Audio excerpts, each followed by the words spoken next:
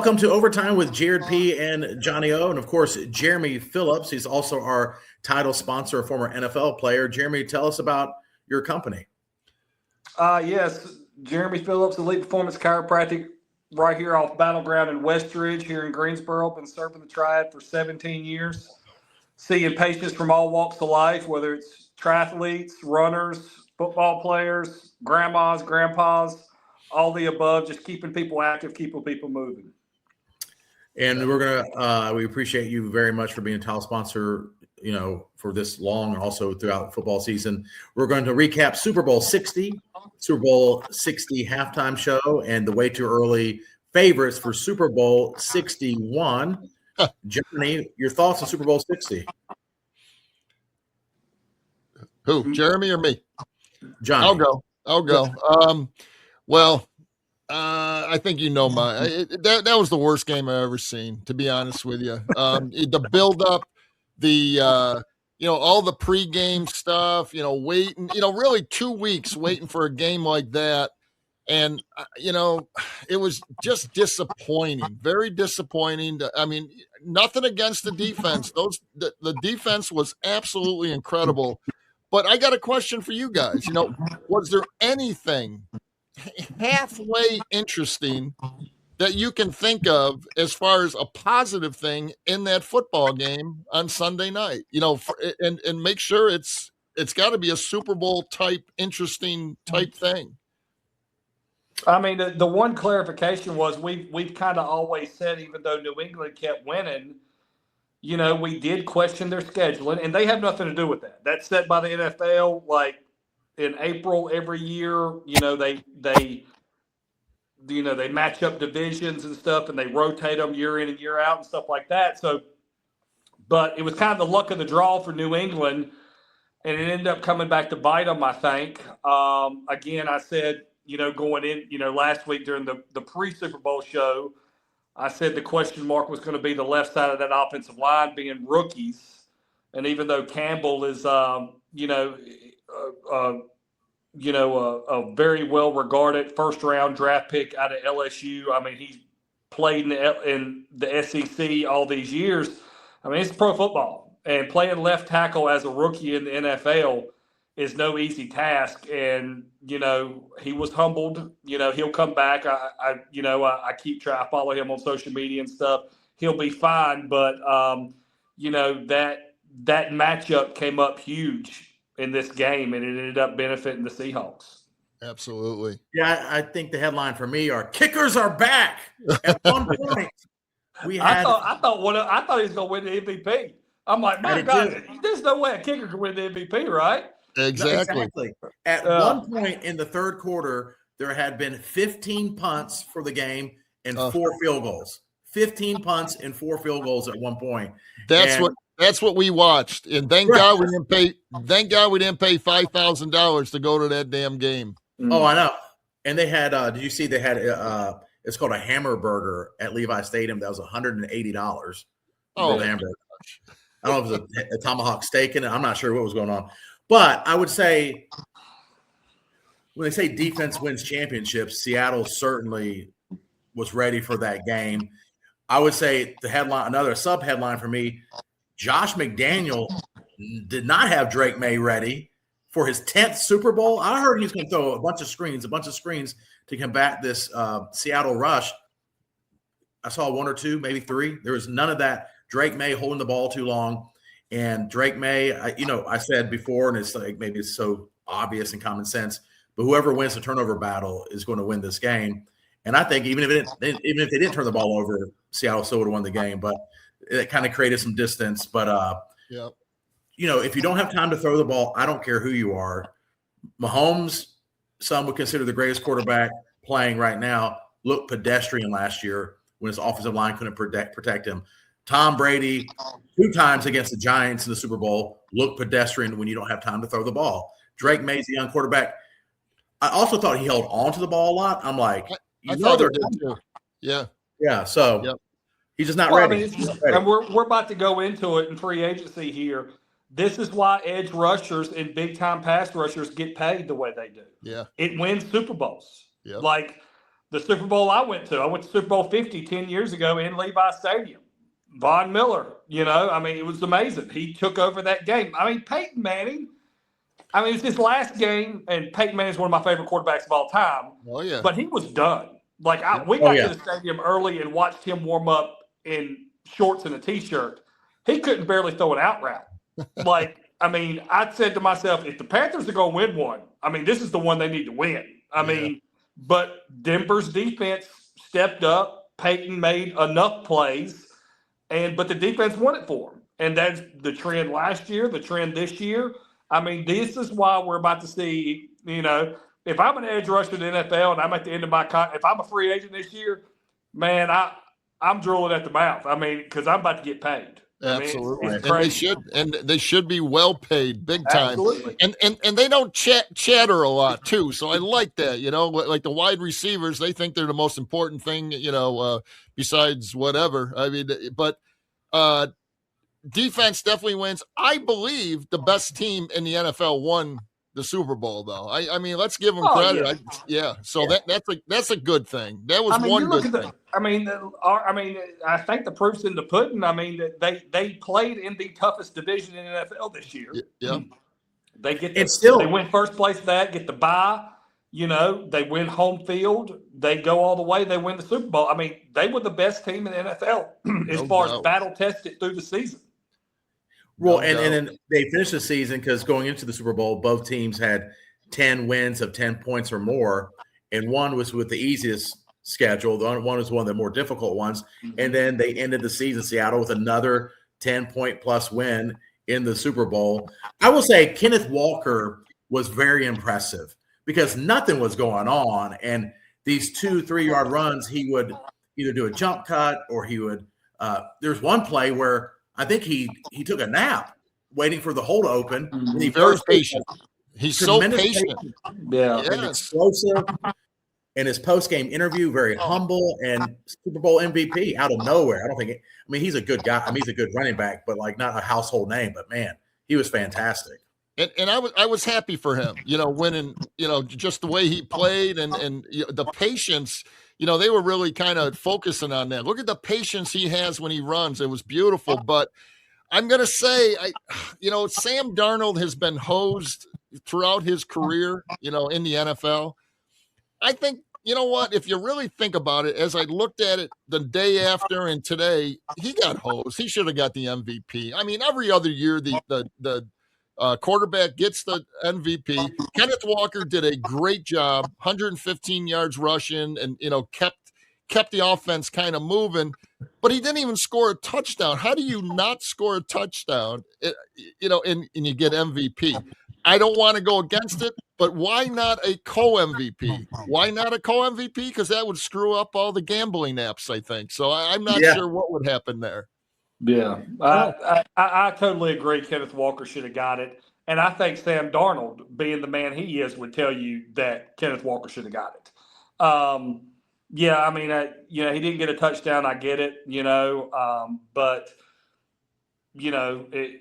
I think if you were going to look elsewhere besides Darnold getting the MVP, it had to be somebody on the defensive side of the football. The defense won them that ball game. Yep. Offensive line did an exceptional job in the run game.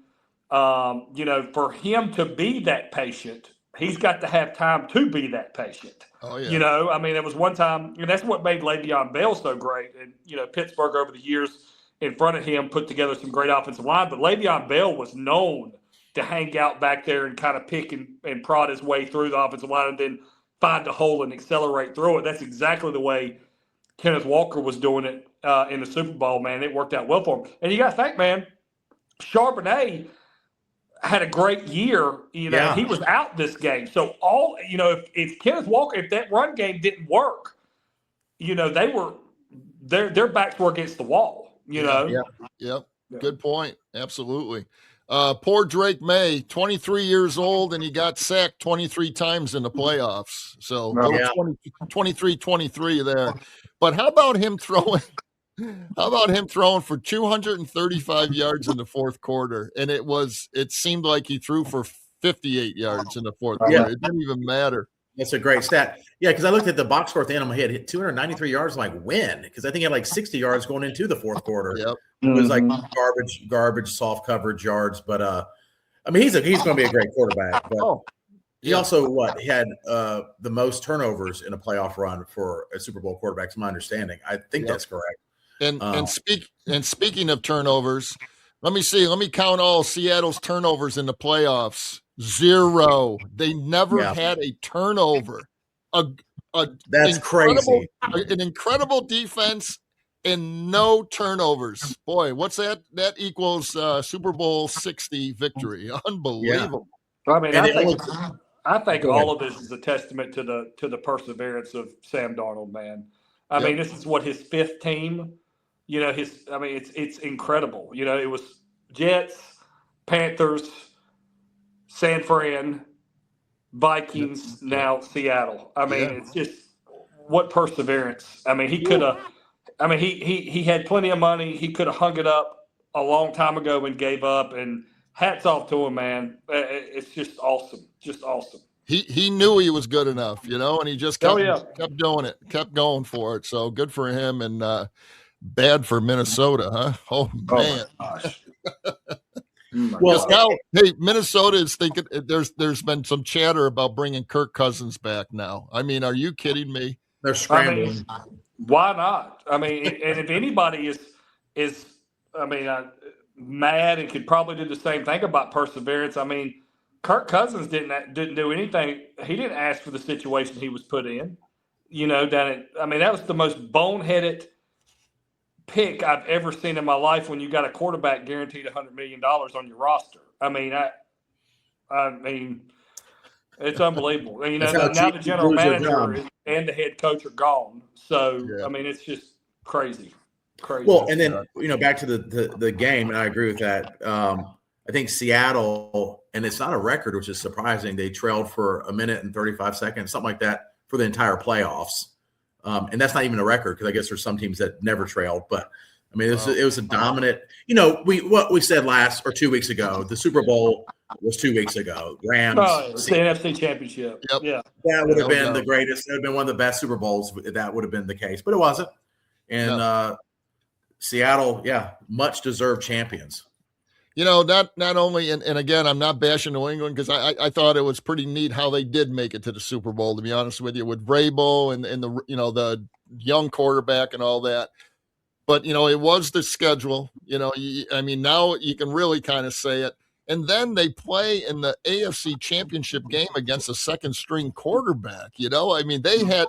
And that's part of winning Super Bowls. You know, you got to catch a lot of breaks. And boy, did they catch some breaks all the way to the Super Bowl. Absolutely. I know. So, all right. And they were in it. The thing about it was, I mean, they were in it. You know, I mean, it's not like, I mean, it got out of hand at the end. But for 3 quarters, man, they were in it. They scored a touchdown here. They're right in the ball game. Yeah. You know? Yep. But it's because, you know, Seattle was settling for field goals. You know, they kind of got stymied in the red zone, but their defense was so dominant that covered that up. But you know, they didn't have great red zone efficiency in the first half, particularly. Hey, Jared, real quick before we go to the next segment, what was that kicking stat you had? At one point, midway through the third quarter, there had been 4 made field goals and 15 punts. 15 punts? Yeah, 15 combined. That's almost sounds impossible, and it was. Oh my God! Yeah, insane. That's nuts. All right, before our next segment, we got a couple other sponsors: Estate Jewelry and Loan, something old, something new. Estate Jewelry has a great selection of new and estate jewelry, and you can find a nice, unique piece in Brian's showroom. Go see him. If you got some gold or silver or whatever to sell, go see Brian over at 2511 Battleground Ave. We got Salsarita's Fresh Mexican Grill located in High Point at the Palladium, and in Greensboro in the Target Shopping Center on New Garden Road. He's got a food truck, catering, daily specials at salsaritas.com. And my northern man, Jimmy Snow, up there with Imperial Marketing Solutions. He is selling like brand new laptops for $395 delivered and desktops at $395. Give Jimmy Snow a call at 315-345-8349. Excellent. All right. Halftime show, controversial in many ways. As someone on a morning show that we do a lot with music, if you don't mind, I'll start on this one. Yeah. Okay. I have a threshold for the Super Bowl halftime show. It doesn't matter where you're from. It doesn't matter what genre of music. Do you have recognizable crossover hits that appeal to ages 20 to 70 or 20 to 60? Do you have crossover hits? Are you a country artist that is a huge, draw for country, for example, like an Eric Church or a Kenny Chesney, but you don't have crossover appeal? If so, I don't want to see you in the Super Bowl. If you're a rapper and you're huge in rap and you sell all the concerts, you have huge streaming numbers, and you don't have crossover appeal, I don't want you in the Super Bowl. Pop stars usually have crossover appeal, but whatever your situation is, if you don't have mainstream hits that are recognizable, I don't want to see you performing in the Super Bowl. It has nothing to do with your race. It has nothing to do with where you're from. It has to do with, is it something just like, is it familiar music to the masses? And that's been the standard for the last 30, 40 years until maybe the last two Super Bowls, but especially this one. Bad Bunny is a huge star internationally. Bad Bunny has huge streaming numbers, but also another guy that has huge streaming numbers, a guy you haven't heard of from India. He had 8 billion streams last year. No one knows who he is in America. And so, people making it about, if you don't like the halftime show, you're racist. I think that just shuts down any argument. When like the Who, when they did the Super Bowl halftime show years ago, they have more recognizable hits than maybe a Bad Bunny, but it was also like they're kind of too old, where they didn't have the younger audience. Oh, I hate when you put down my Who, man. That's my favorite band, and that's my personal. I actually enjoyed that halftime show. I know, Jared, on social media, you said it was the worst halftime show ever. I actually enjoyed the Who. It was awesome. It was awesome. Yeah. Well, you guys are old, but anyway, and actually, the Facebook post was like kind of a joke, like because people get so rage baited about the halftime show. I did ... and some people commented without reading it. They're like, "Oh my god!" and they didn't read what I put. I actually don't think the Who is the worst. I think anyway, or the Blues Brothers. Okay, that was like a gimmicky, like what is that for the halftime show? Like, but my standard is, do you have crossover hits? And if you don't, you should not do the halftime show. I don't care if you have 100 billion streams in one genre. If you don't have recognizable crossover hits, you should not be doing the halftime show. I don't care if you're Clint Black or Travis Tritt, or if you're, one that would probably work is Garth Brooks and maybe a Morgan Wallen, maybe at this point with the crossover hits. But no, so I'm consistent with that. So I thought Bad Bunny in that instance was a terrible choice for the halftime show because it's not recognizable. Also, in radio or music in general, unrecognizable music is death. It's a ratings killer. And that's why on American Idol, The Voice, any singing competition, you're not allowed to do originals. It's all covers of what? Huge recognizable hits. Yep. And so nothing against him as a performer. He's obviously a talented performer. He's a good actor. He's sells out everywhere he goes. But nobody knew what he was saying and nobody knew what was going on. And he has no crossover hits in this country. So it just doesn't work. No, I think I'll put my expertise on this more so than the next guy because I played in the NFL internationally. I see how the NFL markets and how they market their brand globally. Back when I played in NFL Europe, that league no longer exists because the NFL said, if we're going to do this, we've got to sell out. We've got to have for real games over here, games that mean something for us to expand our global market. Okay. I saw the NFL kind of before they had a global market, and I see it now. I go to an international game every year. Back when I first started going to international games, it was like the first game ever in London, and now they have 4 games in London. They have 9, and they've already announced they got 9 international games next year.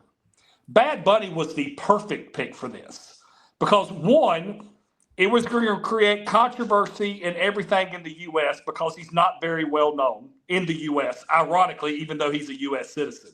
Okay? So that's going to make people watch or not watch, but at the end of the day, they're talking about it. Okay? But globally, he's a huge hit. He's just like soccer in America. Soccer, is always, from a professional sports standpoint, comes in second to the NFL in the U.S. in sports. Like, it's probably behind basketball and everything else in the U.S. But globally, soccer's the richest sport in the world. Right. Yep. Okay? So that's what Bad Bunny is to the music industry right now. Globally, he's huge, which the NFL, like it or not, it's a global market right now. And they've made that due to all these international games that are regular season games that actually mean something. They tapped into it back when I played back in NFL Europe, and they said, you know what, we can do more than this. They scrapped NFL Europe, and then they started playing for real games over there, and now they have a following. Like, I've seen it grow. Like, I've been to international games early in it, and, like, you could tell the Euros would show up, but they're kind of like, And now, like, they have a whole Jaguars fan club in London because the Jaguars played over there the most. I mean, it's a following over there. It's a for real thing. They've conquered the European market, and now they're playing a game in Australia next year. They're playing their second game in Spain this year. They played in Ireland this past year I went to. I mean, Bad Bunny, as bad as people in the U.S. don't want to hear it, he was the perfect person to play in the Super Bowl because they know they already have the U.S. market conquered. They're not worried about the U.S. market. Perfect They're person. worried about global. Perfect person for who? The NFL. What about why is the NFL the NFL, the United States? This is the biggest game in the world. They know you're going to watch it anyway, and you did. It's just crap. And nothing against Bad Bunny. He's like you're saying, like Jared, outstanding performer in his own way. Obviously very popular, the whole 9 yards, but not in the United States.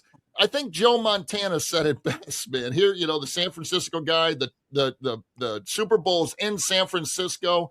You know what a city has to go through to get the Super Bowl and what they need to do to get another one. He said, "Are you kidding me? Why with the state that we live in, California, and with the performers we have right here in San Francisco, why aren't they playing the halftime show?" And that kind of hit home. There's got to be something big when you're in that state, in that, the huge state of California, and they bring in Bad Bunny, singing whatever the heck he was singing.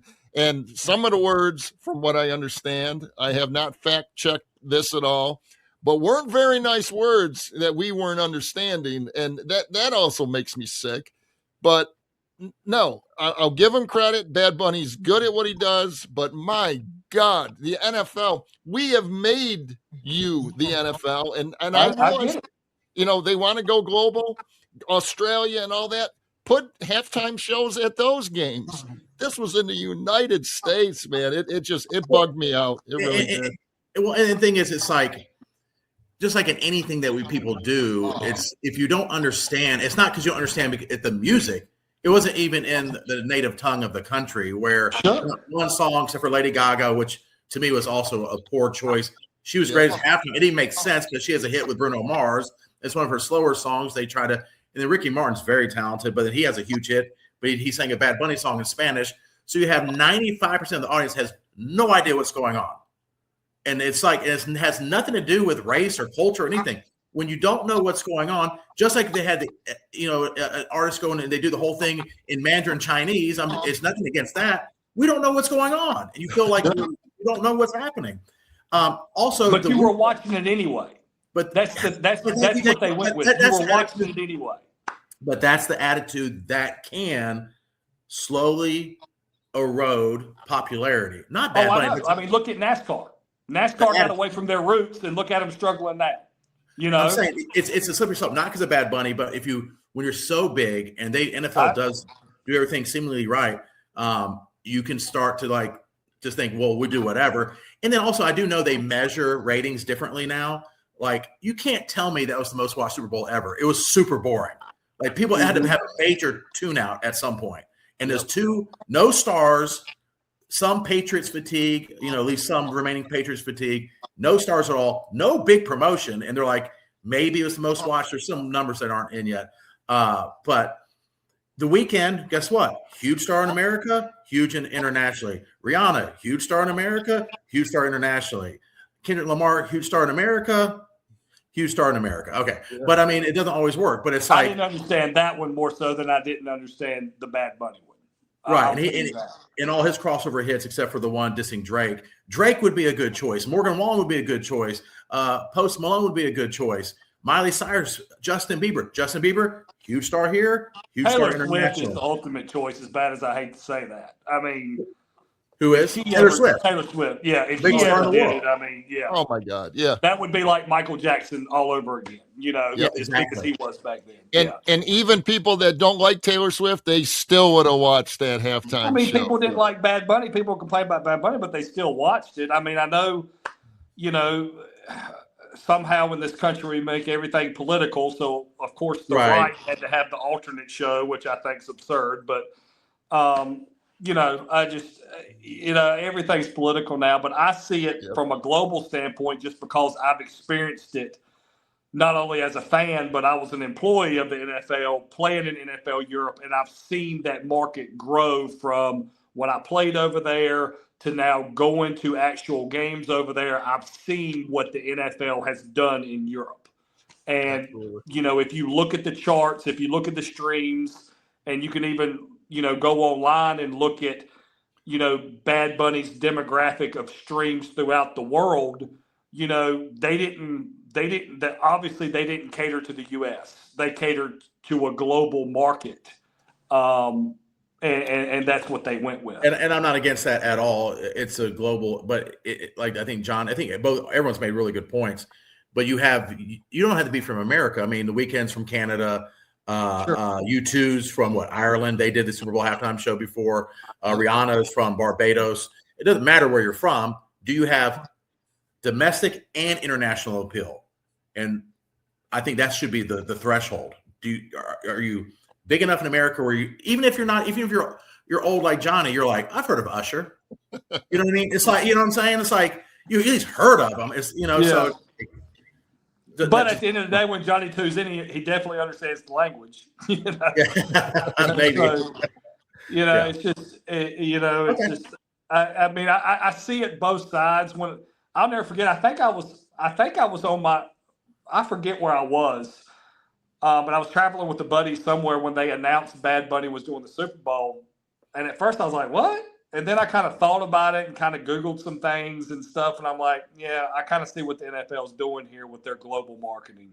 Yeah, still 70% of the audience is U.S., but yeah.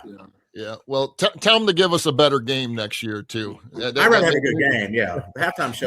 Maybe all the money they make off of this Bad Bunny situation, maybe they'll figure something out for a little more exciting game. And you got to think another thing is, we can sit here and name all these other people like Taylor Swift. So these people pay to perform. They don't get paid to perform. I know. So some of these people probably turning up their nose at I'm not paying you $20 million to go to work. Right. So I mean, it's tons of exposure. But if somebody like Morgan Wallen don't feel like he needs it, he's not paying $20 million to perform at the Super Bowl. Yeah, no, I get you. And Morgan Wallen's a good choice for a lot of reasons, but but he does have somewhat crossover appeal. But for sure. I'll tell you right now, give me Snoop Dogg every halftime show, and I'll be happy. My favorite. My favorite all time: Snoop, Dre, absolutely, Eminem, entertaining. Mary J. and 50 Cent. I mean, that was to me my all-time favorite. With Jay-Z, Jay-Z's going to do something. I know he's known as a hip-hop artist or whatever, but, I mean, he's taking control of this, 5 or 6 years now, and everybody's kind of been within that genre. Right.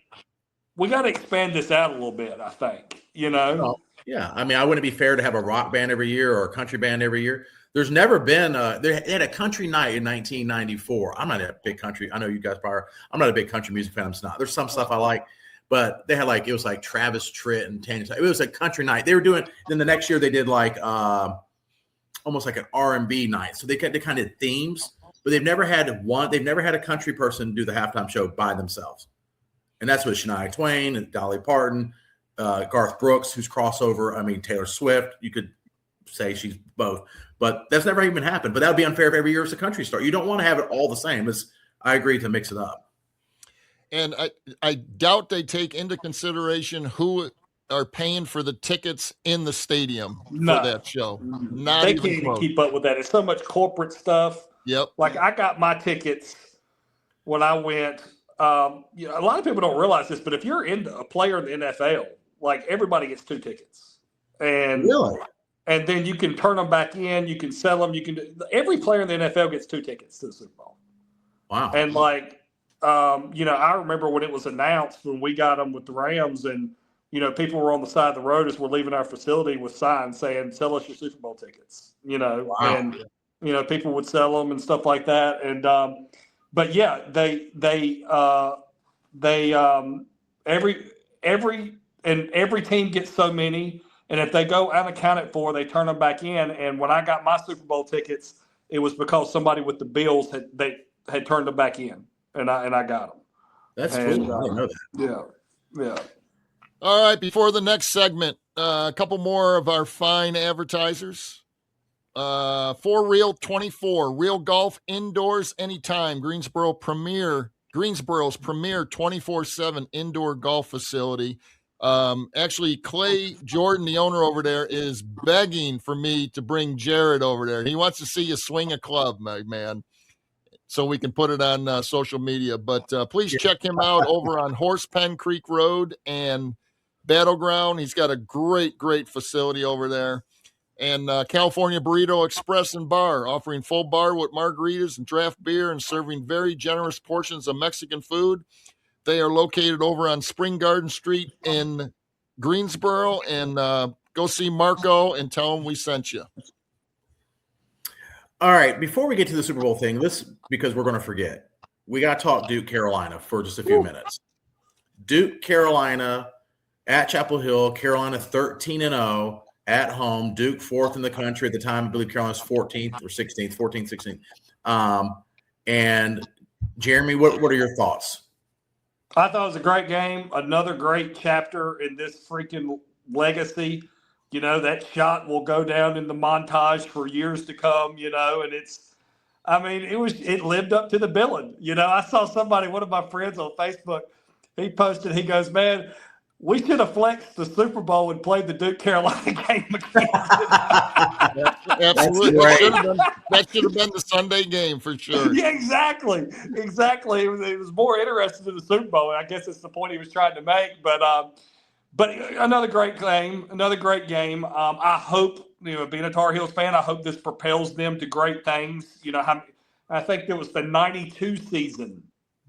I remember growing up where they kind of were in the top 20 and then, kind of snuck in and won some games. And, as they came down to the wire, the ACC tournament or whatever, they were kind of in the top 10. It broke the top 10. Then they win the ACC tournament and then, of course, propel into NCAA and end up winning it all against the Fab Five or whatever. But, so they just kind of been matriculating. Now watch tonight. They'll go down to Miami and get their butt whooped or something, just emotionally drained from the game. But it's a great win. And I was looking at, I was watching. I've watched a few Duke games this year. So they play some great games, some great matchups in prime time, which I've been able to catch. I don't claim to be some NBA expert or anything like that, but I see Boozer and I see Caleb Wilson, for the Tar Heels, and they're going back and forth. And both of them, like I said last week, they were kind of going to wash each other out, and they basically did. Their stat line was almost identical. They kind of washed each other out. But I just see Caleb's game transitioning to the NBA a lot better than Boozer's. Boozer's kind of that, kind of the bruiser, kind of a big body, whereas, Caleb, somebody hit the nail on the head. I think it was during the telecast. Kind of Kevin Garnett-like, long, lanky, moves well and stuff like that. And I just see his game transitioning to the NBA a lot better than I do Boozer's. Yeah, I agree with you. Yeah. Caleb looks fantastic, but it worried me. I mean, I wanted Carolina to win the game, and first of all, that game just ignited me. With all this football talk over the last few months, and now I'm back into college basketball. That really got me rolling, man, because that was just incredible. But I got a little worried for Carolina when they went away from Caleb Wilson. My God, he was the only thing. Anything was being done by him in the first half. Thank God he scored 19 or whatever in the first half.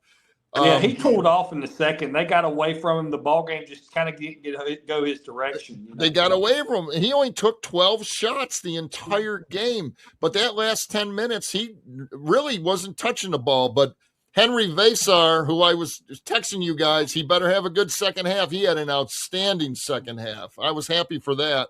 And he was the key in that second half, except for Seth Trimble. Man, that was nothing but a clean three-pointer, man. Holy crap. I'll tell you what, I've seen it from several different angles now on social media, with cell phones and everything. Some of this stuff starting to pop up. What a great pass by Dixon. It was great.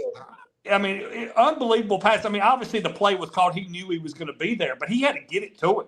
Yeah. And just an exceptional pass. I almost thought when I saw Caleb Wilson kind of roll towards the basket, I thought he was just going to dump it off to Caleb Wilson for a layup right there.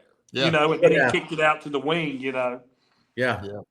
No, you're right, Johnny. I mean, so the year you're talking about is 1993 with Derek Phelps and Eric. Yeah, the 92-93 season. 92-93 season. They finished 93. And then, Caleb Wilson had 17 in the first half, and he was the only one doing anything. If he didn't have a monster first half, Carolina's down 15, 16 points going into halftime. I felt early in the second half, it was like hero ball. It was a lot of one-on-one stuff with Carolina. It was one-and-done possessions. And I was like, what are they doing? And Vassar, he shoots like 65% on the year. And I'm like, and you said it in the text message, Johnny, but I was thinking the same thing. It's like, feed him the ball. We got to have more than just Caleb Wilson. And sure enough, a consistent effort those last 10 to 12 minutes, dumping it down to him. 10 straight points, basically. And then there's no Seth Trimble shot without the Vassar three. When that play was not set up for him, Hubert Davis said that was for Derek Dixon to get an open look because he's like, this guy's not scared of the moment. They thought that he's a good shooter. It wasn't even designed for Caleb Wilson. It was designed for Derek to get a shot, either drive to the basket or shooting a three. And that's for the shot before that. I'm saying, and so then Vassar, he said he does have the green light, and Vassar was open. He's 7 foot tall, and he nails that three. If he misses that three, Duke gets the rebound. They're up three with under a minute to go. Then Carolina's going to have to foul, and then it's a whole different ball game. So that's a huge second biggest three of the game. Was the one previous. But yeah, Seth Trimble, a guy, and Hubert Davis said this, which I love. In the modern times of NIL, where no one's loyal to any school, for someone of his athletic ability and skill, for him to have stayed at Carolina and been loyal to the staff, to the players, and to the university, and loves it. He said, I don't think we'll ever have that here again. And for him to have a iconic shot, like Jeremy said, where he'll go down forever as one of the best shots in regular season history against Duke ever. And I love it. It's a great, great thing.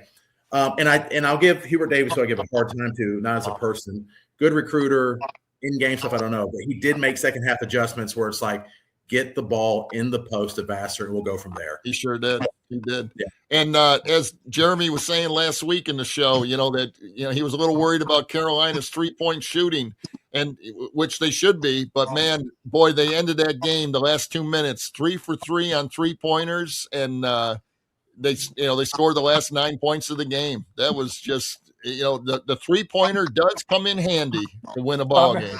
Well, I remember first shot of the game from I was worried about Carolina's defense against the three-pointers too. First shot of the game, they hit a three. I'm like, oh God, here we go, No, when Johnny was like, they're 200th in the country, I repeated that stat all weekend before the game. When I heard that stat last week, and it's true, 200th in the country in three-point shooting percentage, Duke, the Blue Devils, which is very unusual. What did we say on the podcast? I said, Jeremy and I were like, you just jinxed them. They're going to shoot 50% from three. Yeah. And at some point, late in the second half, they were at 50%. I think they fell off a little bit towards the end. But I'm like, of course. Yeah. We called it. Like, if anybody's going to have a lights out a night shooting. It was going to be Duke against Carolina. It's amazing. So luckily they just didn't hit enough of them. Now I can't wait for the next one, man, in Cameron. know. It should be interesting. So, Yeah. all right, real quick, let's end it. Who the hell knows? But it's a little too early. But who plays in next year's Super Bowl 61? What do you got, Jared? Well, I'll tell you this. I'll mark it down right now. The Patriots don't make the playoffs next year. Mark it down. They're not going to. They're not going to. The Bills are going to be good. Mahomes, Burrow, Jackson, all those guys hopefully will be healthy. It's going to be a tough road. They're definitely not going to be the number one seed. But I call it now. They won't be in the playoffs, so they won't be in the Super Bowl. All right. I would say NFC, and this might be lazy, but based on the parts and some of the contracts and stuff, I would pick Seattle. They have a young coach. Sam Darnold's not going anywhere. That defense, they might lose a piece or two. They have a good system. McDonald is like the architect of the defense. I think for NFC is better than the AFC, but I think Seattle, if I had to pick right now. In the AFC, what I would like to see, but it's probably unlikely because you have a rookie coach, but you have a young offensive mind in Brady. I would love to see the Bills finally back in the Super Bowl next year. Yeah. What do you got, Jeremy? All right, so me and my buddies, we go to Vegas every year during the tournament weekend. Not March Madness, not NCAA tournament, but conference tournament weekend. So it's ironic. Sometimes when the ACC's played in Greensboro, I'm getting on the plane flying to Vegas to watch the ACC tournament. But anyway, so this year what we're doing is there's 4 guys that go. It's me and 3 other guys. So each of us are going to put in $100. All right. And we're going to each of us are going to pick 3 future bets, any sport, whatever. And then we're going to draw, and each person gets one of their bets, and we're each going to put a $100 bet on it. But my future bet is going to be, I'm taking my Rams next year, particularly with Stafford coming back. I'm taking the Rams to win the Super Bowl next year. And my long shot, because here's my other bet, like if we draw different, we each get 3 choices, but only one of ours gets picked. But my other thing is the Cincinnati Bengals win the AFC North next year. And so since I went on that line, I'll say Rams Cincy in the Super Bowl next year. Wow, Okay. Nice. I think Burrow's due a healthy year. Yeah, That's a rematch. That'll be a rematch Super Bowl. Yeah. I like that one. I like it. I would love to take Seattle, but I'm thinking they just won the Super Bowl. A lot of things change. I think, they got a lot of guys coming back, but just that getting back to it the next year is so difficult, man. So difficult. And I'm gonna take the Rams in the NFC just because they've been, kind of stepping toward getting to that Super Bowl. And if they, especially with Stafford coming back and McVay and the whole 9 yards, but they better strengthen that defense for sure. And I think they will. So I got the Rams, and damn it, I got to go with the Bills, man. I just want the Rams and the Bills because I think, like you're saying, Jared, New England, no, that AFC East goes through Josh Allen and the Bills, not New England and Drake May. So I think they take a step back, New England. The Bills figure out something, and new stadium next year, they're going to be dangerous. Now, will I put money on it? Absolutely not on the Bills. And before I leave, I really think the Eagles are going to win it next year, but I didn't want to do that. Of course you do. Yeah, of course you do.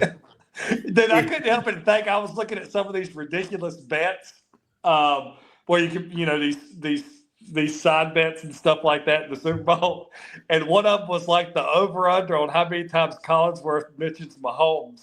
But I couldn't help but think about Jared. I'm like, Jared's been talking about the Chiefs and Mahomes all damn year. I know. If Mahomes is healthy, they're going to win the Super Bowl, and Travis Kelce's going to do the halftime show with Taylor Swift. Unbelievable. All right, guys, it's been a good football season, man. Enjoyed it. Awesome. Thank you guys so much for having me. I had a blast. You got it. Till next week.